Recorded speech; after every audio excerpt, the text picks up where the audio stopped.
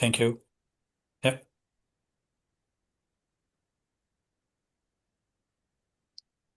All right. So we've been discussing about the external redundancy. So therefore, with external redundancy, we don't talk about uh, fault tolerance, because the fault tolerance is a responsibility of the storage provider. Okay, so those LUNs that I talked about, where they group many risks behind the scene and then create a logical volume for us.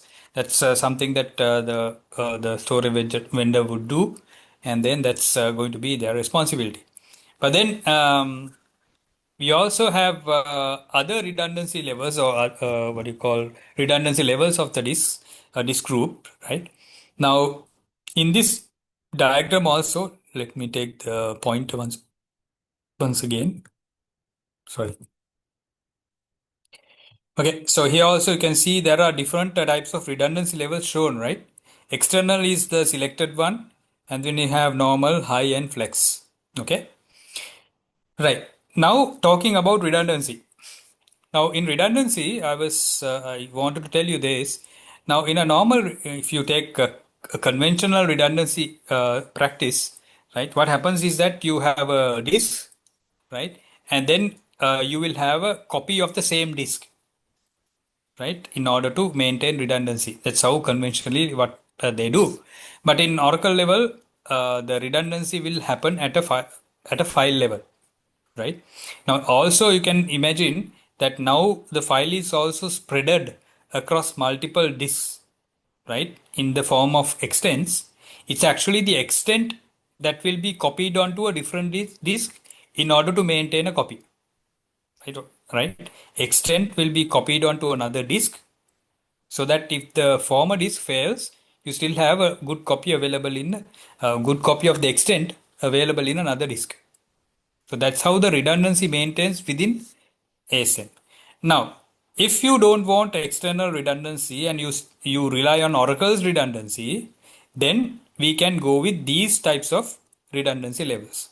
So if you take normal redundancy, the idea here is that you will make sure, Oracle will make sure, you will have another copy of the same file available in the event if one of the disks in the disk group fails, right?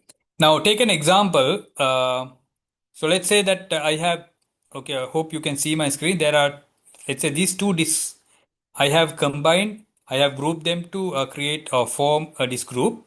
So, if I you go with normal redundancy, right, I will have one copy of the, I mean, not one copy of a file, but a copy, a chunk, let's say. If I have a chunk here, I make sure another copy of the same chunk will be available in the other disk of the same group, right?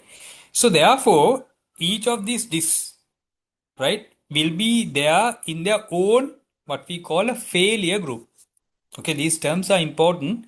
We call them as failure groups. So failure groups means, let's say if I have all these four disks in a single group, this group, right? Then I can say these two disks are from a single failure group, and these two disks are from another failure group.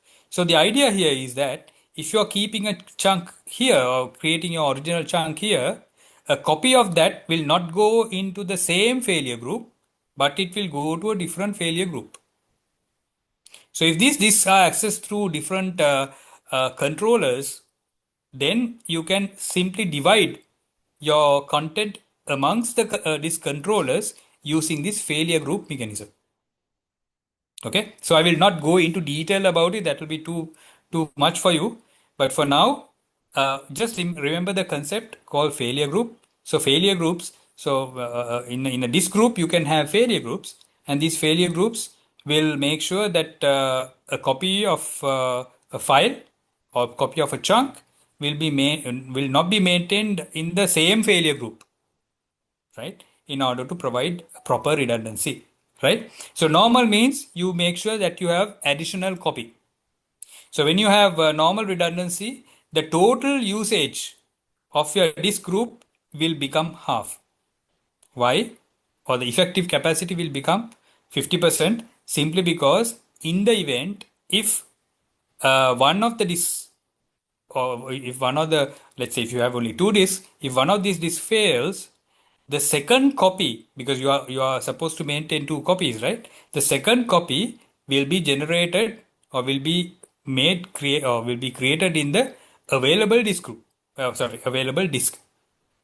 For that, you need to have space available, reserved space available, and therefore, if you are going with normal redundancy, your effective capacity will be 50% of the total allocated.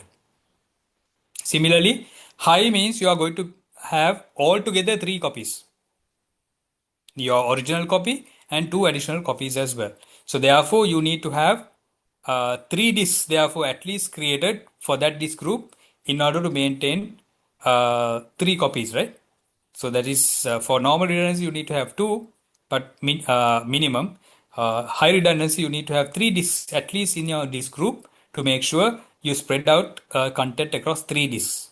So in that case, since you need to allocate additional two copies apart from the original copy, your effective capacity will be one third or 30% of the total allocated, right? So then we also have something called as flex redundancy. Now, when it comes to flex redundancy, the idea is this, right? So the idea is that when you have flex redundancy, now let's say when you are defining your redundancy levels, you are providing your redundancy levels at the disk group, whether you want to have normal, high, right? There are other properties that also that can be incorporated into your disk groups, right? We will talk a little bit later about those some of those properties as well. So the idea here is this: when you want to have, let's say, a set of controls given to your database. Now, this ASM disk group that we create, right, will be available for all the clients. Now, when I say all clients, if you can recall, I told you database is a client, right? So within, you may have a single disk group or a set of disk groups, but will be consumed or will be shared by many databases, right? So all these properties or the controls that you give will be applicable in general to the disk groups. So there won't be a database specific control that you incorporate. Okay. So with this flex disk group, the idea here is that you can create database specific rules, right, incorporated into your SN. A good or a typical example would be, let's say I want to have my database name. Let's say I have a database called production, or let's say UATDB. That's my database name. So I want to limit, let's say my disk group name is data. Let's assume, right, or EBS data. So I have EBS data disk group here, and I have UAT database. UATDB is there, and I want to limit the consumption of the storage by UAT by limiting, by providing, or by enforcing a quota limit, right? So if I want to incorporate quota, then what I do is I create something called as a file group. Now these are all new terms. So this is called a file group. So you can create a file group and attach that file group to a database. And that file group can have the properties that I want. The quota is a property, right? Or if you want to change the redundancy. Now here in flex redundancy, you can decide whether you want to have normal redundancy or whether you can have or you want to go with high redundancy. So if it is a UAT environment or a small database where criticality is not there, maintaining multiple copies of the same database is not going to be very useful, right? So what I can do is I can say I go with flex redundancy, and I will choose normal redundancy. Sorry, I will choose normal redundancy for my UAT database only. So I defined a quota. I want to define redundancy levels also to my database. So what I do now, I create what we call a file group. So I create a file group, attach my database to that, and then let that file group be consuming or be managed using normal redundancy only. So I have created a flex disk group, but within which my UAT database will only have normal redundancy with a quota limit set. Okay, so up to that level of detail or manageability is available with ASM. So this is a very interesting topic, but of course, in the interest of time, we won't be able to talk many things about it. But I think I hope you are getting some information out of this. Okay. And then we also have something called as extended redundancy, which is not really shown here as an option in the screen. Extended redundancy is similar to flex redundancy, just that this has been used when you have stretch clusters. So stretch clusters is a situation where you will have, generally when you're talking about a cluster environment or cluster database or real application clusters, you will be having your storage and you will be having your nodes of database nodes, right, connected in close proximity, right? But then sometimes you may have your first node or your first node on a building number one, your second node hosted on building number two, completely different physical location. In such cases, we will opt for stretch clusters. In stretch clusters, you'll be using extended redundancy. So I will not go deep dive there, but again, this is simply because of the interest of time. But of course, probably another day we could talk a lot more about ASM in further detail as well. Okay, fine. Then fine. I also have this section called filter driver. Now, filter driver is a new addition. When I say new addition, it's not very new, but relatively new. I think 12C introduced this, if I'm not mistaken. So filter driver avoids unnecessary commands. So you can stamp filter driver on top of your disk, so that now generally what happens is that let's say if you know about the DD command, a good example is that. So root user who would be owning the entire operating system can simply go and do a DD command against a physical disk and simply make it null or clean, right, or data zero. So if that happens on a ASM disk, then that is the end of your database, right? So with the introduction of ASM filter drivers, we avoid such commands coming in from unnecessary sources. So although root is the super user in the operating system, ASM will not allow commands like DD coming from even a root user to disturb or to change data in a ASM disk given to ASM instance, right? So that is what you call ASM filter drivers. Okay, so I'll be quick on this. So we also have, I told you about some of the group attributes, this group. One is called the rebalancing.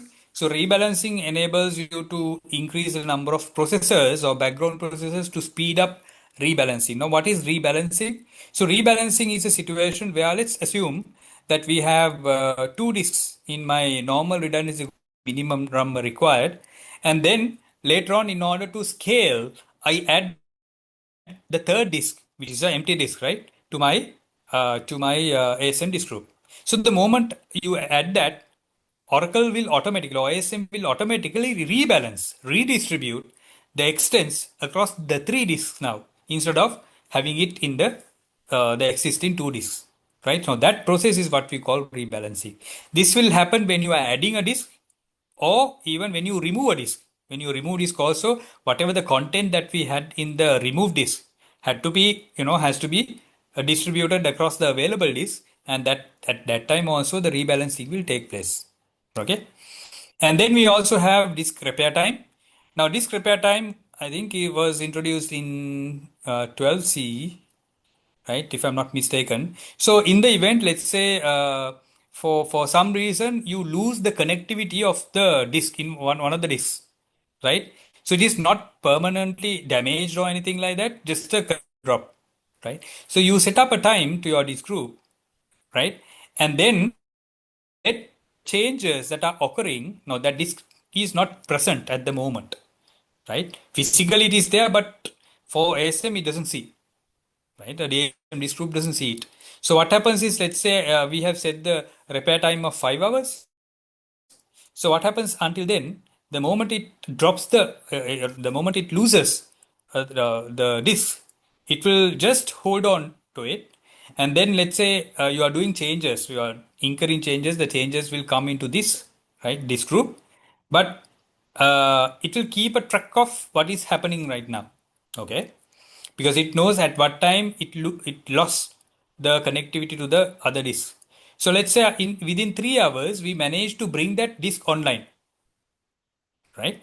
So we have a gap here because after 3 hours only, right? So once the old disk is added and the metadata nothing is lost right now there, so it will only have to adjust those 3 hours worth data distributed across the available disks, right? So it has that flexibility of tolerating a particular time in the event if a disk is not permanently dropped. But if it is permanently dropped, then it is corrupted or something like that. That's a different story. Then it will be permanently dropped. What I'm saying is that, but in the event if it is not permanently dropped and the data is still recoverable, then you can have a tolerable time allocated using the disk repair time. So this disk repair time was introduced, I think, in like if I'm not wrong, in version 12C. So related to that, you have this ASM compatibility, right? So these are versions that you have to provide. So if your ASM compatibility is equal to, let's say, 11G, right, then your disk repair time will not work. Because if disk repair time was introduced in 12C, then you need to have your ASM compatibility set to 12C in order to get that feature. So basically, the ASM compatibility feature is there in order to, acquire new features that are coming in. Okay, so that is that. Second thing is database compatibility. Now let's say I have a 19C ASM installed, right? Then what happens is that I want to manage my 11G and let's say 12C databases also in the same, in the same ASM, right? But so I can have my ASM configured using 19C, but I can have my database compatibility set on a particular disk group saying 11G. So only 11G, in that case, 11G databases can host their data files in that disk group. Maybe I also have ASM database compatibility set to 12C on another disk group. So that disk group can be used by 12C databases, right? So that is why we have a database compatibility as well in order to support various versions, right? Because the idea here is that when you are running your ASM, you don't need to run many ASM instances as well. Just a single ASM instance would do because the task is to manage and mount the disk groups, and those disk groups can be consumed by various versions of databases running on top of that. Okay. Right. Okay. So coming on to one more thing here, Flex ASM. Now, when you are running your ASM instance, right, generally speaking, okay, so if you take this scenario A, you can see you have your database instance and you have your ASM instance, and you can also see the database directly accessing the disks here, right? So the problem is that in the event if one of these in the event if in node A, if ASM instance fails in a conventional setup, right, the database will not be able to obtain the metadata, right? So the moment it can't obtain metadata, the database will also crash because it may not know where you have your data stored in your disk. Right? Although it can have direct access to storage, it should know where the data is, right? So that is why I told you database also is having a cache, right? Which will metadata will be provided through SM, right? So you can imagine a situation like that. So to avoid that, Oracle introduced what we call a mechanism called flex ASM, where take situation B or node B, right? In node B, the database instance is there, but there is no ASM instance available in that. So ASM database instance will acquire metadata from a ASM instance running on a separate host, right? So we are avoiding any problem or issue here, because since we don't have a ASM instance running on B, there's no chance of ASM failing on B, right? So that is to minimize any failure situation. So you can define how many ASM instances that you would be running in your cluster. Now this is a cluster setup that you are seeing, right? So you can decide how many you want to do. So in case if this ASM instance failed, right, then automatically if your preferred number is two instances, there will be automatically ASM instance spinning up on one of the available nodes to make sure that you have at least two instances running of ASM, right? So that is how the fault tolerance happen. So this whole concept is called flex ASM. Okay, so the idea here is, when you have in a conventional setup, you rely on an ASM instance to provide metadata to database instance. So in the event if the ASM instance fail, then database will also will fail because of losing the metadata. But then if you go with Flex ASM, in Flex ASM, even if you lose your currently connected ASM instance, it can simply access a remote ASM instance and get metadata and to in order to fulfill the requirement. Okay, right. So that is basically to extend the availability. So final slide here for me, that is the ASM command line. So this is just an introduction. So when you have your ASM configured, you have your ASM command line interface as well, where you can have okay. So the command line interface basically starts with ASM CMD. So once you type ASM CMD, you go into a ASM CMD command prompt. And here I have typed a command called lsdg, listing of disk groups. And you can see that I have one disk group created with a type external redundancy, right? And then the name of the disk group is data. And you can see the usable capacity, right? How many offline disks, right? And then other details, the total and free and all those things you can see. So if you can recall, in external redundancy, the redundancy portion is basically managed by external storage vendor. So therefore, if your external redundancy disk group has 100 GB, that entire 100 GB can be used entirely by ASM, because there is no need of reserving space for copy creations, right? Okay. So then the next one is LSCT, so listing of client in the data disk group, right? So you can see that there are some clients connected, one database name ORCL connected. These are two instances, so it's the same database, but two instances connecting. This is a cluster. And you can see the software version, compatibility version. So all those things can be seen from this interface. So it's a very lightweight interface and very helpful interface as well for you to manage. So you also have the GUI interface as well, which we call the ASM configuration assistant, or ASMCA in short. And you can manage your list, you can add this, you can do various things. Even if I told you about creating logical volumes using ADVM, that also can be done through the GUI interfaces. So both options are available for you. You can use the command line. You can so there are specific commands. There are commands that are very specific to command line as well. But at the same time, most of the commands can be used against the GUI. I mean, commands in the sense activities can be done using the GUI as well as using command prompt. Okay, so I'm just stopping at this point here and bringing this session to an end. Maybe it is a bit advanced. I'm not quite sure about that. So, but I hope you had some useful information obtained through this session as well. So, Asiri, over to you.